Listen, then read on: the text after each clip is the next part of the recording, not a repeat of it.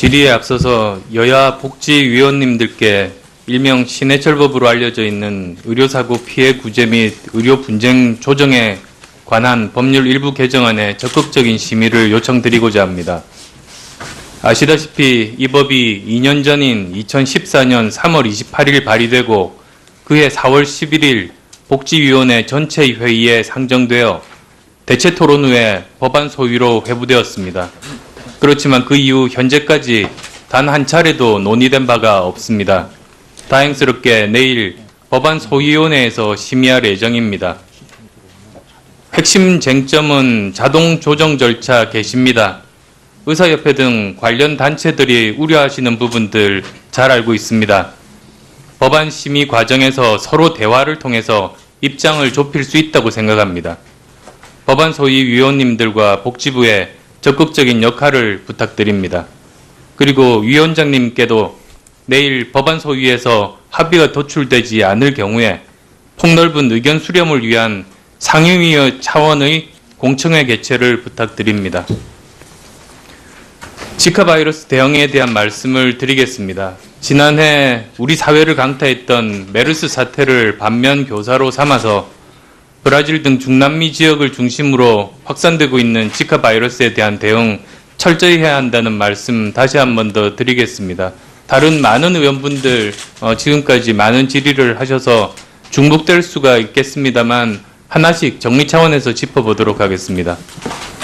지카 바이러스가 증상 자체가 치명적이지 않고 아직 국내 발생 사례가 없습니다. 그렇지만 현재까지 개발된 치료법이 없고 모기를 매개로 빠르게 확산이 진행된다는 점, 그리고 일부 국가에서 신생아 소두증과의 연관성이 제기되면서 국민들이 우려하고 있는 상황입니다.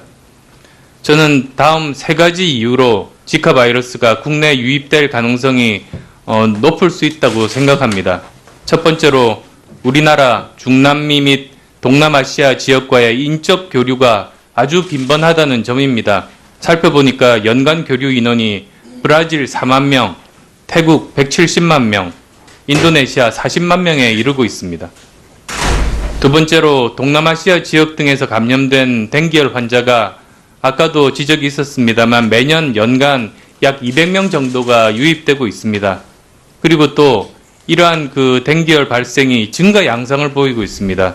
실제로 살펴보니까 작년 2015년 1월에는 해외 유입 국내 댕기열 사례가 11명이었는데 금년 1월은 43명, 그러니까 거의 4배 정도에 달하고 있습니다. 이 부분 국내 유입될 가능성 어떻게 생각하십니까? 국내에 유입될 가능성은 지금이라도 항상 상존한다고 보고 있습니다. 그렇지만 메르스하고 달리 전염의 가능성에 대해서는 상당히 떨어지는 것이기 때문에 그렇게 공포감을 들게끔 국민들께 말씀드리는 것은 옳지 않다, 그렇게 생각합니다. 예, 저도 동일한 생각입니다. 그런데 그렇다면 지금 단계에서 정부는 국내 유입 가능성이 충분히 있다고 이제 전제하에서 철저하게 방역 대책을 수립하고 대응을 해야 하겠습니다. 더 나아가서 감염병 위기관리 표준 매뉴얼에 이렇게 명시가 되어 있죠. 상황에 따라 융통성을 발휘하여 탄력적으로 대응하되 적극적으로 대응한다. 그 원칙을 명심을 하시고 적극적이고 선제적인 방역 대책 수립에 만전을 기해 주실 것을 당부드립니다. 네. 그렇게 하시겠습니까? 네, 철저히 하겠습니다. 그 밖에도 뭐 여러 가지 그 자료 제출을 부탁을 드리겠습니다. 30여 건 의심 환자 사례에 대한 신고 조사 및 검사, 음성 판정 후에 사후 관리, 그리고 최대 잠복기 동안 환자 관리, 전국적인 방역 계획, 그리고 임산부 감염 예방에 대한 대책, 연구 성과, 이런 부분들 서면으로 상세한 답변 제출 바랍니다. 네, 준비하겠습니다. 예, 수고하셨습니다. 이 진행된다는 점, 그리고 일부 국가에서 신생아 소두증과의 연관성이 제기되면서 국민들이 우려하고 있는 상황입니다. 저는 다음 세 가지 이유로 지카 바이러스가 국내에 유입될 가능성이 높을 수 있다고 생각합니다. 첫 번째로 우리나라 중남미 및 동남아시아 지역과의 인적 교류가 아주 빈번하다는 점입니다. 살펴보니까 연간 교류 인원이 브라질 4만 명, 태국 170만 명, 인도네시아 40만 명에 이르고 있습니다. 두 번째로 동남아시아 지역 등에서 감염된 댕기열 환자 심의할 예정입니다. 핵심 쟁점은 자동 조정 절차 개시입니다. 의사협회 등 관련 단체들이 우려하시는 부분들 잘 알고 있습니다. 법안 심의 과정에서 서로 대화를 통해서 입장을 좁힐 수 있다고 생각합니다. 법안 소위 위원님들과 복지부에 적극적인 역할을 부탁드립니다. 그리고 위원장님께도 내일 법안 소위에서 합의가 도출되지 않을 경우에 폭넓은 의견 수렴을 위한 상임위 차원의 공청회 개최를 부탁드립니다.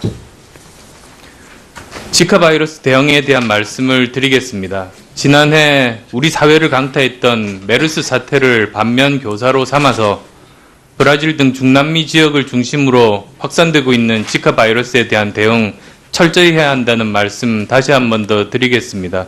다른 많은 의원분들 지금까지 많은 질의를 하셔서 중복될 수가 있겠습니다만 하나씩 정리 차원에서 짚어보도록 하겠습니다.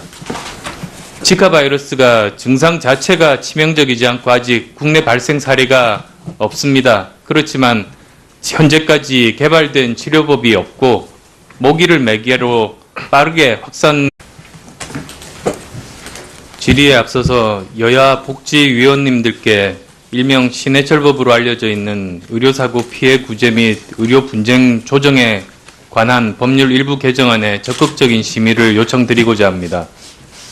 아시다시피 이 법이 2년 전인 2014년 3월 28일 발의되고 그해 4월 11일 복지위원회 전체 회의에 상정되어 대체 토론 후에 법안 소위로 회부되었습니다. 그렇지만 그 이후 현재까지 단 한 차례도 논의된 바가 없습니다. 다행스럽게 내일 법안 소위원회에서 아까도 지적이 있었습니다만 매년 연간 약 200명 정도가 유입되고 있습니다. 그리고 또 이러한 그 댕기열 발생이 증가 양상을 보이고 있습니다. 실제로 살펴보니까 작년 2015년 1월에는 해외 유입 국내 댕기열 사례가 11명이었는데 금년 1월은 43명, 그러니까 거의 4배 정도에 달하고 있습니다. 이 부분 국내 유입될 가능성 어떻게 생각하십니까? 국내에 유입될 가능성은 지금이라도 항상 상존한다고 보고 있습니다. 그렇지만 메르스하고 달리 전염의 가능성에 대해서는 상당히 떨어지는 것이